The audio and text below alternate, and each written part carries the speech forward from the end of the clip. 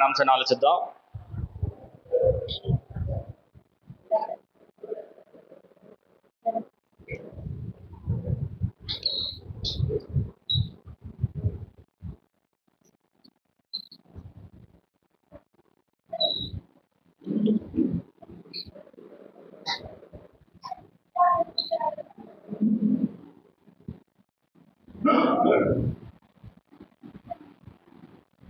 ఏక మనసు గల క్రైస్తవ కుటుంబం అనే అంశాన్ని ఆలోచిద్దాం.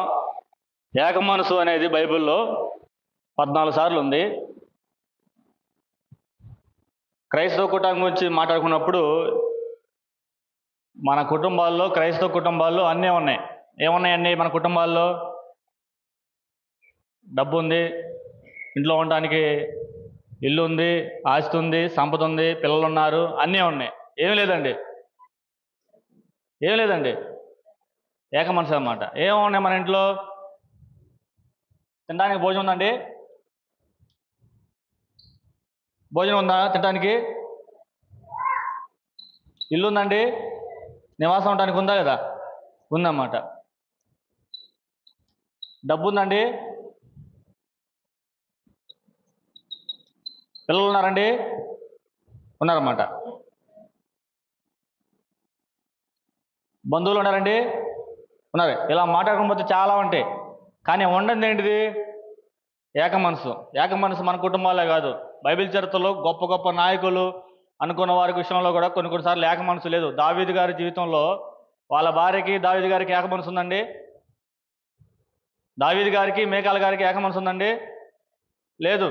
కొన్ని కుటుంబాల్లో ఏముంది? ఏక మనసు లేదన్నమాట. అంటే దావీదు గారికి ఏందండి? రాజనగరం ఉంది, కుటుంబం ఉంది, ఆస్తి ఉంది, సంపద ఉంది, యుద్ధ చేయగల సమర్థుడు, సైనికులు ఉన్నారు, అన్నీ ఉన్నాయి.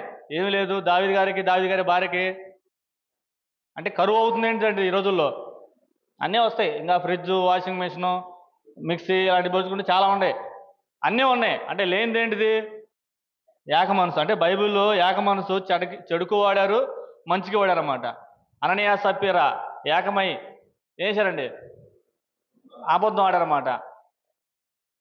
అపోస్తలుల 1:14 వాళ్ళు ఏక మనసుతో దేవాలయంలో ప్రతిదినం తప్ప కూడుకుంటూ ప్రార్థన చేస్తున్నారన్నమాట. ఏక మనసు. మంచికి వాడారు ఏక మనసు, చెడుకు వాడారన్నమాట. అయితే ప్రథమంగా క్రైస్తవ కుటుంబాల్లో కరువు అవుతుందంటే ఏక మనసు. దాని గురించి మనం ఆలోచిద్దాం. అసలు ఏక మనసు గురించి, అంటే ఏక మనసు లేకపోవడానికి కారణాలు ఏంటి?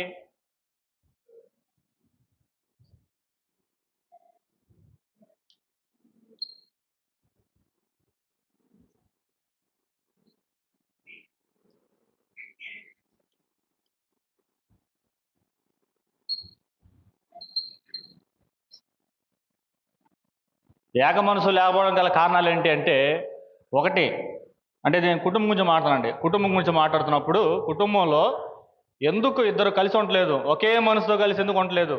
అది పాత నిబంధన కానించి ఇప్పటి వరకు మనం చూస్తున్న విజయవంతమైన జీవితాలు ఎవరైతున్నారో వాళ్ళలో కూడా కొన్నిసార్లు ఏక మనసు ఉండదు. ఎందుకు ఏక మనసు లేదు అంటే, కుటుంబం విషయంలో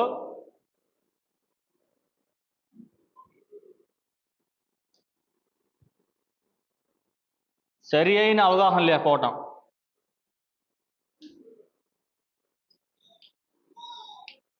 కుటుంబం విషయంలో ఒక మనిషికి, అంటే భార్యకు కానీ భర్త కానీ సరి అయిన అవగాహన లేకపోవటం వలన ఏమొచ్చిందండి? ఒక నిర్లక్ష్యం ఏర్పడిద్ది అన్నమాట. నిర్లక్ష్యం ఏర్పడిపోవడం అంటే సరి అయిన తెలిస్తే దేవుడు జతపరిచాడు, ఇద్దరు కలిసి నిర్ణయాలు తీసుకోవాలి, కలిసి ఉండాలి, కలిసికట్టుగా జీవించాలి అనే కుటుంబం గురించి సరి అయిన అవగాహనతో వివాహం చేసుకుంటే ఎలా ఉంటుందండి కుటుంబం? ఒక ప్రాపర్గా ఒక పద్ధతిలో వెళ్ళిపోద్ది అన్నమాట. ఒక ఏక మనసు వచ్చిందన్నమాట. అంటే కుటుంబాన్ని గురించి సరైన అవగాహన లేకపోవడం కూడా ఒక కారణం ఏంటి ఏక మనసు లేకపోవడానికి? ఇప్పుడు వివాహాలు చూడండి, నచ్చిన వాళ్ళు చేసుకోవటం, అమ్మాయి ఎలాంటిది, అబ్బాయి ఎలాంటివాడు అనేది లేదన్నమాట. ఎవరు నచ్చిన తెచ్చుకుంటాం అన్నమాట. కొంతకాలానికి ఏమైపోతున్నాయి? అమ్మాయి మొహం అటు పెట్టుకున్నది, అబ్బాయి మొహం ఇటు పెట్టుకుంటారు అన్నమాట. కారణం ఏంటంటే, ఏక మనసు లేకపోవడానికి కారణం ఏంటండి? కుటుంబం విషయంలో సరైన అవగాహన లేకపోవడం.